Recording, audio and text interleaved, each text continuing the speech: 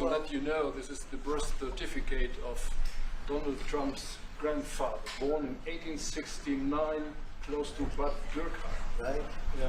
That's called and serious. his Christian name was Friedrich. Right? That's serious German. Serious German. That's serious. Bad Dürkheim is serious German. But I want to thank you very much for. First of all, I want to thank you for that. That's my pleasure. Thank you very much. Thank you again. Fantastic. We'll put it up in a place of honor. Yeah. Maybe we can, let's see. We'll put it up there someplace. It's an honor to have you. As you know, the Chancellor just won a great election, very, very strong election. Very respected man. I can tell you, we've been on the phone many times talking about some of the problems of the world outside of Germany. And it's very sad what's going on. We both feel that way. What's going on with Russia, Ukraine, and other things we talk about, but Russia, Ukraine in particular. I'd like to see it end, and maybe it'll end, but we get some news, there'll be some fighting. Something happened a couple of days ago, and now they do a return, and here it goes. It's not good. He's unhappy about it, I'm unhappy about it. But I think eventually we're going to be successful in stopping the bloodshed. It's pure bloodshed. 5,000-6,000 young soldiers a week are being killed. You know that those numbers? Yeah, we know the numbers. They're staggering. They're staggering numbers. But Chancellor, I just want to congratulate you, and I want to welcome you to the Oval Office. Thank you. It's an Oval Office that's in very good shape. We like fixing things up and having them tippy-top like they have in Germany. Yeah. They do that in Germany very much. And we do it here. We're having a very good run. I also had a great election, great win, won everything. Won the popular vote, all 7 swing states, which is a big deal. Yeah. It's pretty unusual to do that. And we have a great mandate from the people. And part of our mandate is we're going to have a great relationship with your country. So I just want to thank you very much for being here. And if you'd like to say a few words. Absolutely. So, thank you, first of all, Mr. President, for your kind invitation to come to Washington, D.C. I was in this building first time ever in 1982, I told you, when former President Ronald Reagan was in office. So I'm very happy to be here again and to offer our close cooperation with the United States of America. Yeah. We are having so much in common, our history. We owe the Americans a lot. We will never forget about that. And so with your German provenance, I think this is a very good basis for close cooperation between America and Germany. So again, thank you. Thank you for the hospitality, and thank you for having your guest house for a night. This is a great place. Great place. Many thanks for that. I really enjoyed it. Thank you. It's a wonderful place. It's a landmark also. And Blair House, it's a nice place to stay. Yeah. Thank you very much for saying that. Would you have any questions, please? Mr. President, on your new travel ban, why now? And if the Boulder attack was part of your reasoning, why not include Egypt on that list where the suspect is from? Well, because Egypt has been a country that we deal with very closely. They have things under control. The countries that we have don't have things under control. And why now? I can say that it can't come soon enough, frankly. We want to keep bad people out of our country. The Biden administration allowed some horrendous people, and we're getting them out one by one, and we're not stopping until we get them out. We have thousands of murderers. I even hate to say this in front of the Chancellor. Of course, you have a little problem too with some of the people that were allowed into your country. It's not your fault. It's not your fault. It shouldn't have happened. I told her it shouldn't have happened what she did, but you have your own difficulty with that, and we do, and we're moving them out, and we're moving them out very strongly. But it can't come fast enough. We want to get them out. We want to get them out now. We don't want to have other bad people coming into our country. But using the word bad, I'm being nice. Okay, the Democrat says a distraction. You put out on Truth Social a post regarding your conversation with President Xi. Right. Can you talk about whether or not you feel that trade talks, trade relations are back on track after appearing to be a little bit off track last week? A little bit off track. It was only the complexity. It's pretty complex stuff. We had a very good conversation with President Xi a little while ago, just before your arrival. In fact, we just hung up, and they said, "You're here." I said, "That's pretty good." Two great leaders of the world in a very short period of time. We had a very good talk. and we've straightened out any complexity. And it's very complex stuff, and we straighten it out. The agreement was we're going to have Scott and Howard and Jameson will be going and meeting with their top people and continue it forward. But no, I think we have everything. I think we're in very good shape with China and the trade deal. We have a deal with China, as you know, but we were straightening out some of the points, having to do mostly with rare earth, magnets, and some other things. So those reduced trade tariff rates, they remain in effect? Yeah, we have the deal. I mean, we've had a deal. We announced the deal, and we'll be. I guess you could say. I wouldn't even say finalizing it up, Scott. I would say we have a deal, and we're going to just make sure that everybody understands what the deal is. Okay. We had a really good conversation. By the way, he invited me to China, and I invited him here. We're both accepted. So I'll be going there with the First Lady at a certain point, and he'll be coming here hopefully with the First Lady of China. Go ahead, please. Did you talk about the Chinese students? Are you allowing them to come to Oh yeah, to no, the US? Chinese students are coming. No problem. No problem. Okay, On Germany. It's our honor to have them, frankly. Look, we want to have foreign students, but we want them to be checked. You know, in the case of Harvard and Columbia and others, all we want to do is see their list. There's no problem with that. This is anybody outside of our country, international students, because when we see some of the people that we've been watching, we say, where do these people come from? How is that possible? No, we want to have foreign students come. We're very honored by it, but we want to see their list. Harvard didn't want to give us the list. They're going to be giving us the list now. I think they're starting to behave, actually, if you want to know the truth. Okay, Yeah, please. On Russia, are you willing to put more pressure on Putin to end the war by imposing new sanctions on Russia and also on China? Well, remember, I'm the one that ended Nord Stream 2, going to a place called Germany, come to think of it. I'm sorry I did that. I don't know. But I ended Nord Stream 2. Nobody else did. And then when Biden came in, he immediately approved it. That's the largest, essentially the largest pipeline in the world, going to Germany and other countries. And by the way, we have so much oil and gas, you will not be able to buy it all. I mean, you literally, we have so much, and I hope we're going to make that a part of our trade deal because we have more than anybody else. We have actually the most, by far in the world, probably double what anyone else has. So we'll work on that. I'm sure that's something we'll discuss today. Mr. President, Mr. President. What do you expect from Germany and what do you expect from the Chancellor? Well, first of all, I'm glad to meet because I've been dealing with the Chancellor, and he's a very good man to deal with. He's difficult, I would say. Can I say that? It's a positive. Go ahead. You wouldn't want me to say you're easy, right? No.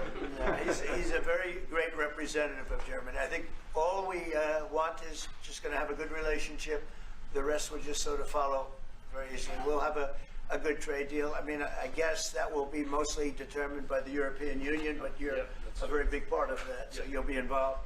But we'll end up hopefully with a trade deal or we'll do something, you know, we'll do the tariffs. I mean, I'm okay with the tariffs or we make a deal with the trade, and I guess that's what we're discussing now. Mr. President, Mr. President. Back there, please, go ahead. Mr. President? No, not Okay. you. Is Germany I've doing had enough enough on of it. defense, Mr. President? Is Germany doing enough on defense? What? Defense spending. Is Germany doing enough on defense? The Chancellor wants to. Is Germany doing The enough on Chancellor wants to defense? spend 3.5.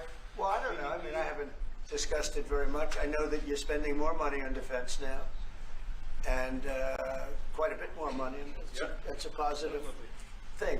I'm not sure that General MacArthur would have said it's positive. You know, he wouldn't like it, but I sort of think it's good. You understand what I mean by Absolutely, I that? understand. He made a statement: "Never let Germany rearm." And I said, I always think about that when he says, "Sir, we're spending more money on defense." I say, "Oh, is that a good thing or a bad thing?" I think it's a good thing. But, you know, at least to a certain point. There'll be a point when I'll say, "Please don't arm anymore, if you don't mind." We'll be watching him. Mr. President, President Biden, Mr. President. Yeah, Biden, you said Biden? Your predecessor dismissed your AutoPen investigations and made all the decisions during his presidency. I'm curious your reaction to his dismissal. Well, look, the AutoPen, I think, is the big scandal outside of the rigged election of 2020, I think the biggest scandal of the last many years is the auto pen. And who's using it? I happen to think I know, okay, because I'm here. And I'm not a big auto pen person, fortunately. I'm glad. I'm very glad. It's an easy way out. But it's a very bad thing, very dangerous. You know, I sign important documents. Usually when they put documents in front of you, they're important. Even if you're signing ambassadorships, and I consider that important. I think it's inappropriate. You have somebody that's devoting 4 years of their life or more to being an ambassador. I think you really that person deserves to get a real signature, not an auto pen signature. And I can tell auto pen easily. I can look at it. Like two little pinholes from pulling the paper, right? You always see the pinholes. Yeah. It's real easy to tell about auto pen. I think it's very disrespectful to people when they get an auto pen signature. Outside, auto pen to me are used when thousands of letters come in from young people all over the country and you want to get them back. And you know, people use auto pens for that, to send a little signature at the bottom of a letter. We have thousands of them. We get thousands of letters a week, and it's not possible to do. I'd like to do it myself, but you can't do it. To me, that's where auto pens start and stop. But I'm sure that he didn't know many of the things. Look, he was never for open borders.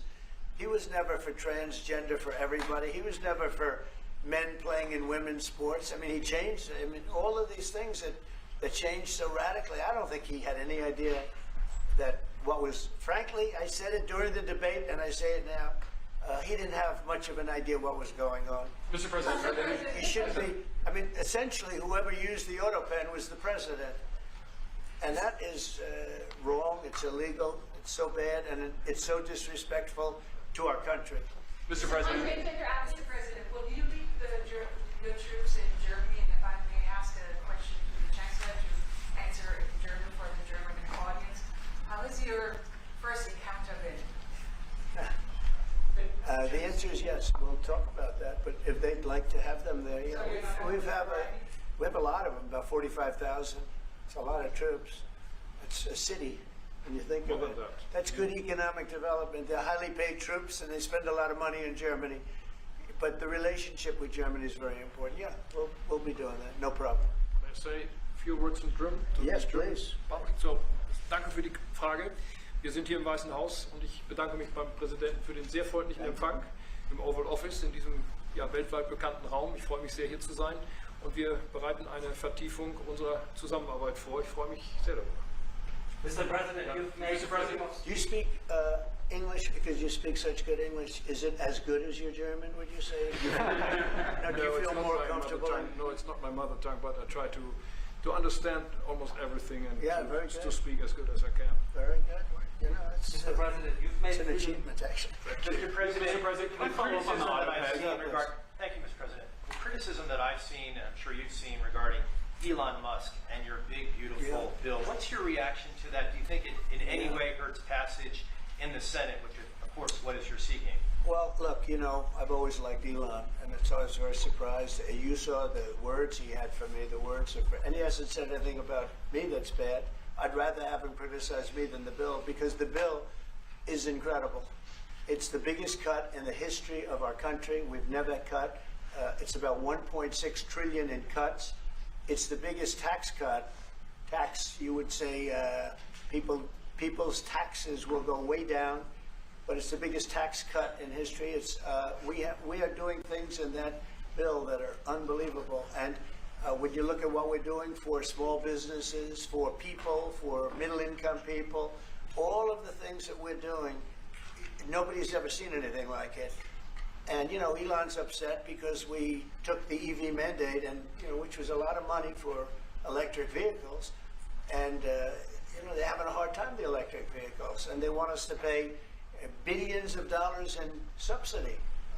And, you know, Elon knew this from the beginning. He knew it for a long time ago. That's been in there. That's been, I would say, JD, that hasn't changed. That's been right from the beginning. Mr. Secretary, that hasn't changed at all, right from the beginning. But I know that it disturbed him. He wanted, and rightfully, you know, he recommended somebody from, that he, I guess, knew very well. I'm sure he respected him, but to run NASA, and I didn't think it was appropriate. And he happened to be a Democrat, like totally Democrat. And I say, you know, look, we won. We get certain privileges, and one of the privileges we don't have to appoint a Democrat. NASA is very important. We have great people. General Kane is going to be picking somebody with our. We'll be checking him out, seeing. But he wanted that person, a certain person, and we said no.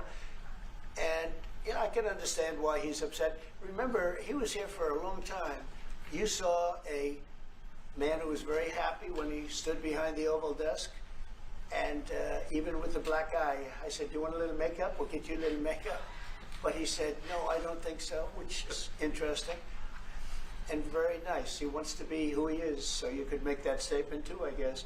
Look, Elon and I had a great relationship. I don't know if we will anymore. I was surprised because you were here. Everybody in this room practically was here as we had a wonderful send-off. He said wonderful things about me. You couldn't have nicer. Said the best things. He's worn the hat. Trump was right about everything. And I am right about the great, big, beautiful bill. We call it a great, big, beautiful bill because that's what it is.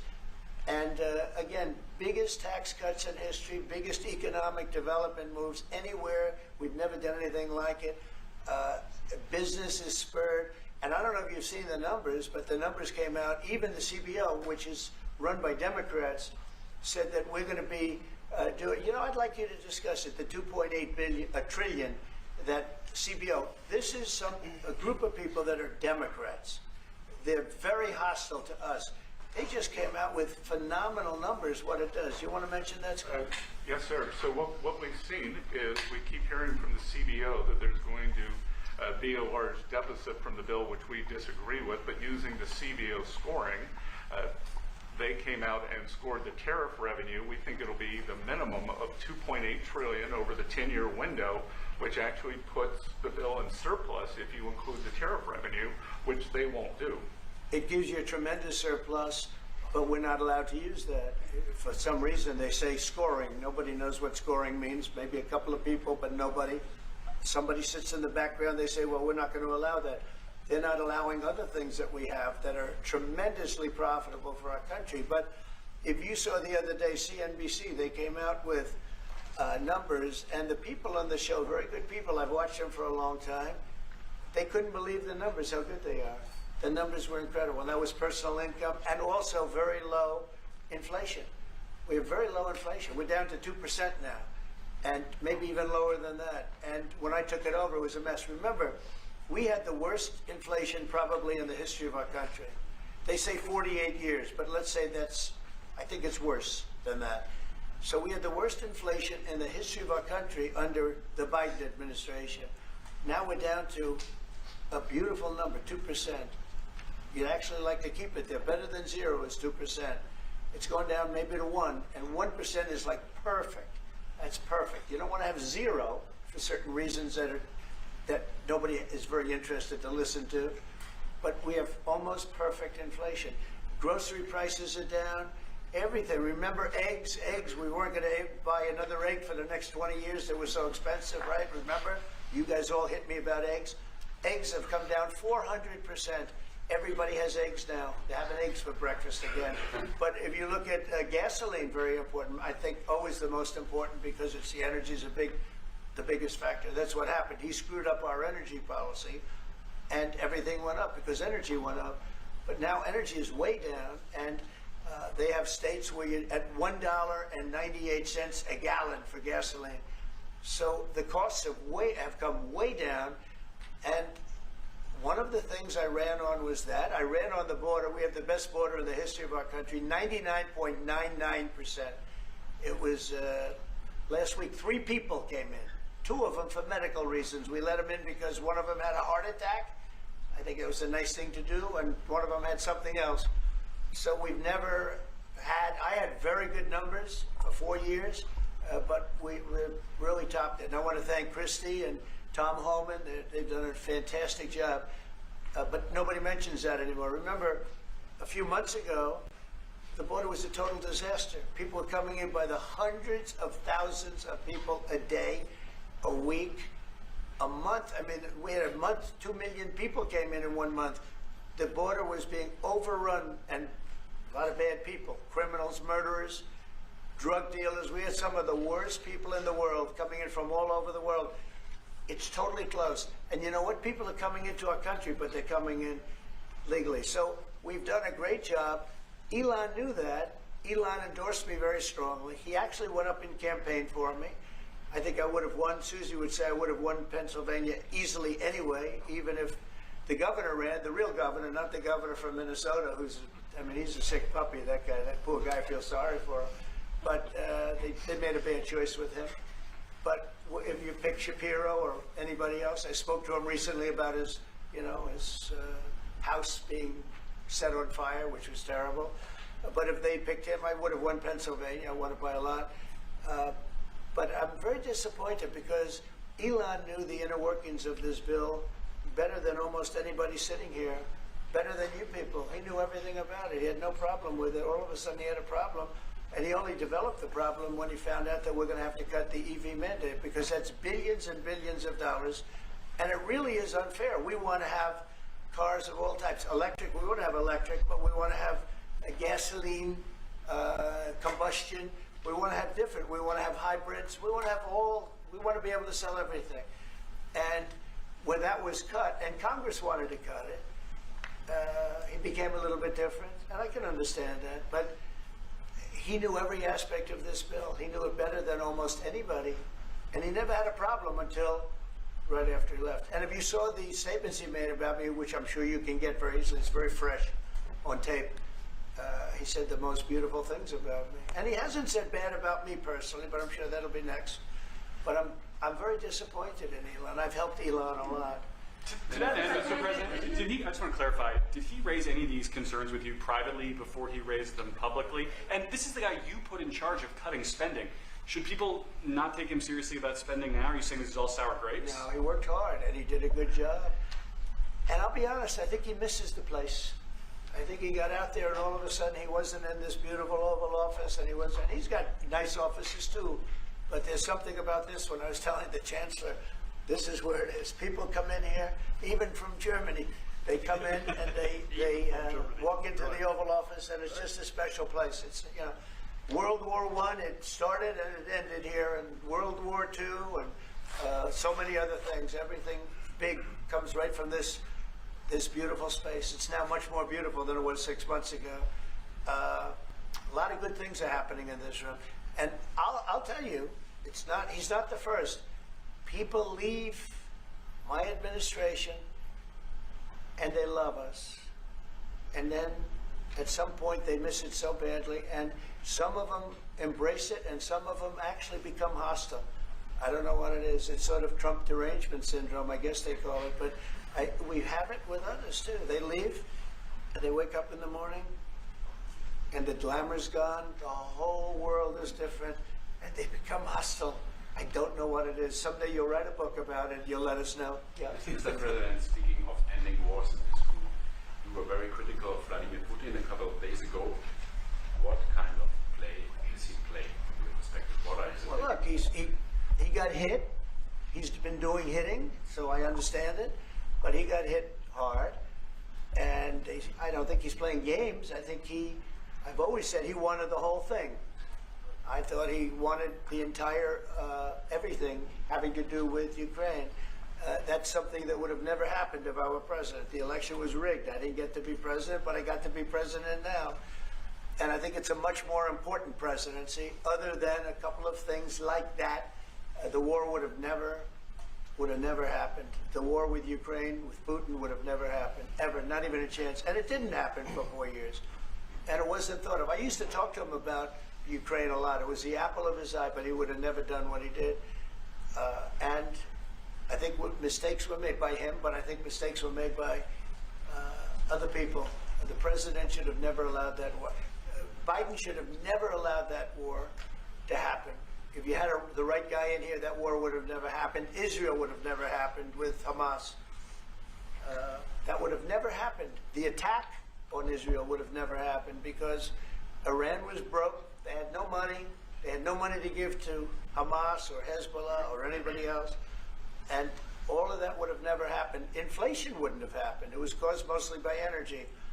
And the Biden administration messed up my great energy policy. We were down into the 190 a gallon, and it would have never happened. It was caused by energy and their bad spending on the Green New Scam and other things that they spent on. But all of those things would have never happened. But maybe most importantly, the war, Chancellor, with Russia would never have happened with Ukraine. It was something that would have, you know, I dealt with Putin a lot. There was no chance, zero. And you know, a lot of people say, how do you know? For 4 years it didn't happen. There was never a chance of it happening. And he understood the consequences. Now, it's a shame. And when you see all of those people, they came out with a report today that that millions of people have died, much more than people thought. And I've been saying that for a long time. The amount of death in that war is far greater than the news has been reporting, or than, frankly, that either side has been reporting. It's a very sad thing. And I can tell you, just speaking for the Chancellor, because we speak about it, he feels the same way. He wants to see it ended. Would you like to say something? Absolutely. And I'm here, Mr. President, to talk with you later on how we could contribute to that goal. And we all are looking for measures and for instruments to bring this terrible war to an end. And may I remind you that we are having June 6th tomorrow. This is D-Day anniversary, when the Americans once ended a war in Europe. And I think this is in your hand in specific, in ours. That was not a pleasant day for you? No, that was not a pleasant day. This was not a great in day. the long run, Mr. President, this was the liberation of my country from Nazi dictatorship. That's true. So, That's true. And we know what we owe you, but this is the reason why I'm saying that America is again in a very strong position to do something on this war and ending this war. So let's talk about what we can do jointly, and we are ready to do what we can. And you know that we gave support to Ukraine, and that we are looking for more pressure on Russia. The European Union did, and we should talk about that. We will talk about it. And, Yeah. you know, it's good timing. The numbers for our country are through the roof, the economic numbers, because of the election and because of tariffs and other things, a lot of things. But we've had some of the best numbers we've ever had. They were reported yesterday, the day before, and even today. Country's doing really well. I think that one of the things you'd be most interested in is that 6 months ago, we were having a hard time getting anybody to join our military. I mean, they just couldn't do it. The numbers were record low. We couldn't get people to join the military. It wasn't me. It was before I got there, the past administration. But 6 months ago, a year ago, the numbers were record low. You couldn't get them to join. That included the police. And you couldn't get them to join. Now, we just hit the highest number in the history of our country, we think, but very close, but the highest in the history of our country, recruitment, joining the Army, Navy, Air Force, Marines, Coast Guard, police forces all over the country. What did you do for that? What was the reason? Spirit. They love our country again. You're going to do the same thing. Spirit. Mr. President, We have great spirit is back in our country, and it's very simple. And, you know, it was only, Susie, 6 months ago, right, that you got reports, you're the one that released them, that you couldn't get anybody to join the military, and now we're stocked. Every service now is packed, and we have waiting lists of people trying to get in, as good as we've ever had in the history of our country. So that's an honor. That's a great honor. Mr. Yeah. President, Mr. President, on the war. Yeah, you've asked. You've had enough. Go ahead, please. Mr. President, so would you consider to put more sanctions on Russia? Because this discussion is going on now for weeks and months, and you tweeted about it once, but then nothing happens. So Yeah, when I see the moment when we're not going to make a deal, when this thing won't stop, Is there a deadline at that for you? moment, yeah, it's in my brain, the deadline. When I see the moment where it's not going to stop, and I'm sure you're going to do the same thing, will be very, very, very tough. And it could be on both countries, to be honest. You know, it takes two to tango. But we're going to be very tough, whether it's Russia or anybody else. We're going to be very tough. That's a bloodbath that's going on over there. And when I see the moment where I say, well, they're going to just keep fighting, You know, I gave the analogy yesterday when I spoke to President Putin. I had a 2-hour, 15-minute call with him. Sometimes, and this is me speaking maybe in a negative sense, but sometimes you see two young children fighting like crazy. They hate each other and they're fighting in a park. And you try and pull them apart. They don't want to be pulled. Sometimes you're better off letting them fight for a while and then pulling them apart. And I gave that analogy to Putin yesterday. I said, President, maybe you're going to have to keep fighting and suffering a lot because both sides are suffering before you pull them apart, before they're able to be pulled apart. But it's a pretty known analogy. You have two kids, they fight. Sometimes you let them fight for a little while. You see it in hockey, you see it in sports. The referees let them go for a couple of seconds, let them go for a little while before you pull them apart. And maybe, and I said it, and maybe that's a negative because we're saying go, but a lot of bad blood. There's some bad blood between the two. I have to deal with it, and the Chancellor has to deal with it. It's incredible. The level of, there's a great hatred between those two men, but between the warring parties. Great hatred. What can you say and believe apparently that there's no immediate peace? What? That there is no immediate peace. There will be no. Well, I can't. I'd love to have immediate if I could. But why if I could, but we don't have immediate. You know, it's like I'd love to have that. I'd like it to start right now. We would leave a room if we knew the war could end. We'd say, forget about you guys. Forget about trade, right? Yeah. We'd say, let's go settle it. There's some additional fighting that's going to go on. You know, he attacked, and they attacked pretty harshly. They went deep into Russia, and he actually told me. I mean, I made it very clear. He said we have no choice but to attack based on that, and it's probably not going to be pretty. I don't like it. I said, don't do it. You shouldn't do it. You should stop it. But again, there's a lot of hatred. And, you know, I'm very proud of the fact that with India and Pakistan, I was able to stop that.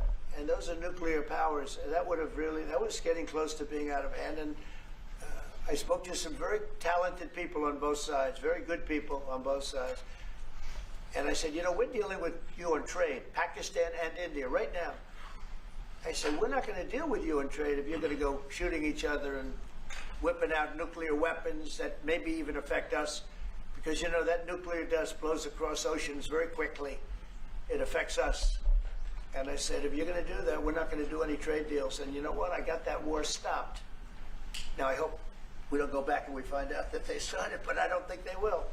They were both good. They were well represented. I want to congratulate both countries because, as you know, the leader of India, who's a great guy, was here a few weeks ago. We had some great talks. We're doing a trade deal.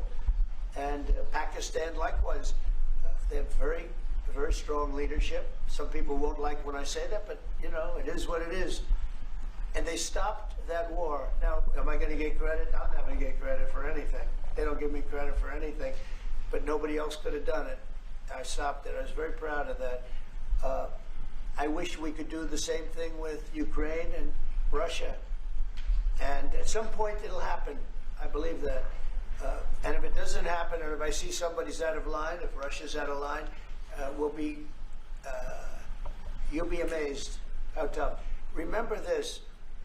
They like to say that I'm friends with Russia. I'm not friends with anybody. I'm friends with you. I'm not friends with that. I want the right thing to happen for our country, for everybody, for humanity. But I'm the one that stopped the pipeline. It's called Nord Stream 2. Until I came along, nobody ever heard, not one person in this room ever heard of Nord Stream 2. You probably did, yes, because it went to Germany. He's the only one that heard. This was a mistake. But I stopped him. I stopped it. Yeah, and you've said that openly. Yeah. It was a mistake because, and I used to go with Angela. I'd say, well, wait a minute. We're spending all this money to defend you against Russia, and then you're giving Russia billions of dollars a month. What kind of a deal is that? You know, but you said it better than anybody else. I appreciate it. But I'm the one that stopped it. And that was the biggest economic development job, if you want to call it that, in the history, think of it, in the history of Russia. That was a massive, it's the biggest pipeline in the world. going to go all over Europe, not only to Germany. You know, they're Germany, but then they were branching off all over to Europe. Nobody ever heard of it. Not one person of you heard of it. And I stopped it. It was dead. And then they say, I'm friends with Putin. I got along with him. He respected me, I respected him. It would have never happened. But I stopped Nord Stream 2. When Biden came in, almost the first week, he approved it. He let it be built.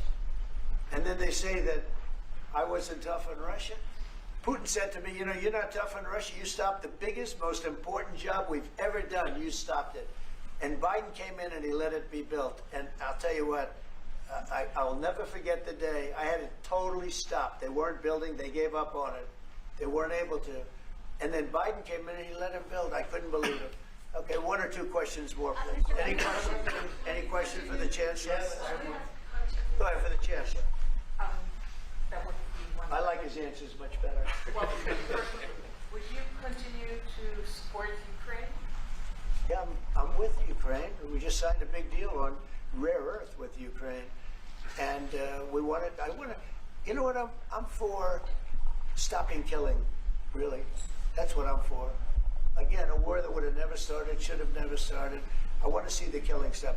We spent $350 billion, much more than Europe, but Europe spent a lot also, and they spent way over $100 billion. Yeah. So you're talking about close to $500 billion went into that whole thing. And it's not even the money, and I know with you too, it's a lot of money, but it's the death that's being caused. We went to the Middle East. I went last week to the Middle East. We took in $5.1 trillion. That's many, many times. That's 30, 40 times, 50 times more than what we're talking about. It's think of that, $5.1 trillion of investment with one trip that lasted 4 days. So it's not the money. It's a little the money, but not the money, the big thing. The big thing is the death. The death of, and really the decimation. You've lost a whole culture. You know, Ukraine had the most beautiful turrets. They call them turrets. Little towers, beautiful towers. The most beautiful in the world. They're all now laying on their side, blown to smithereens. It'll never happen again. They've taken away the culture of a country. They've taken away the heritage of a country. It's a terrible thing. But most importantly, again, is the death. 5,000 plus people a week, soldiers, are being killed. He doesn't want that, and I don't want that. One more. Yeah, please. Mr. President, do you support the Graham bill on putting high tariffs? I have not looked at it, but they'll be guided by me. That's the way it's supposed to be. They're going to be guided by me. No, I haven't looked at it. It's a bill on sanctions, etc. I'm a very quick study. At the right time, I'll do what I want to do. But it could very well be okay. I'll have to see. But they're waiting for me to decide on what to do, and I'll know maybe very soon. It's a harsh bill. Yeah, very harsh. How about one more on the auto pen, Mr. President? I'm going to take one more on the auto pen. Go ahead. I would like to have a question to Cass as well. Because, do you agree with the analogy the President made on the war between Russia and Ukraine as being a fight between two kids? Is that how you view that as well? And what do you actually want the US President to do in this? Well, I think we both agree on this war and how terrible this war is going on, and we are both looking for ways to stop it very soon. And I told the President before we came in that he is the key person in the world who can really do that now by putting pressure on Russia. And we will have this debate later on again, how we can proceed jointly between the Europeans and the Americans. And I think we are all we are having the duty to do something on that now to stop it after 3.5 years, which is really terrible. Look at the kids, the kids which were kidnapped from Ukraine to Russia. This is all terrible. And so we are talking about instruments, measures, what we can do, and my personal view is clear on that. We are on the side of Ukraine, and we are trying to get them stronger and stronger just to make Putin stop this war. And this is our approach. We get satellite pictures of the war field, and you don't even like to look at them, right? It's terrible. So it's really bodies, arms, heads, legs all over the place. You've never seen anything like it. It's so ridiculous. And this is only by Russian weapons against Ukraine. This had never happened with Ukraine weapons against Russia. Never. Ukraine is only targeting military targets, not civilians, not private, not energy infrastructure. So this is the difference, and that's the reason why we are trying to do more on Russia, how to stop this war. Well, in this case, I'm talking about the battlefield, you know, the soldiers on soldiers. But you could also say that too with the cities. Yeah. You know, the cities are being hit also. So it's a terrible, terrible thing. Right? Somebody said autopen. Did I hear the word autopen? Yeah, I was just curious. Because I think it's the biggest scandal maybe in the last 100 years in this country. So when I hear that word, I think it has to be discussed because the fake news will try and hide it, and we can't do that. Well, that's what I'm asking. Have you uncovered any evidence that anything specific was signed without President Biden's knowledge or by other people in the administration acting illegally? Well, I don't think Biden would know whether or not he signed it. I'm asking if you've uncovered any of that information. No, but I've uncovered, the human mind. I was in a debate with the human mind, and I didn't think he knew what the hell he was doing. So, it's just one of those things, one of those problems. We can't ever allow that to happen to our country. The danger our country was in, and I know some of the people that worked with him, radical left, horrible people. And I could give you the name of some of the people that used the autopen, because I'm here, and I ask questions about people that were here also. There are a lot of people that were here when that happened, and they're here right now, and they'll answer your question very accurately. But I know some of the people that used that autopen, and those are not the people that had the same ideology as Joe Biden. These were radical left lunatics that used that, and they didn't get elected. He didn't get elected either, actually. Thank you very much, everybody. Thank you, Press. Thank you for your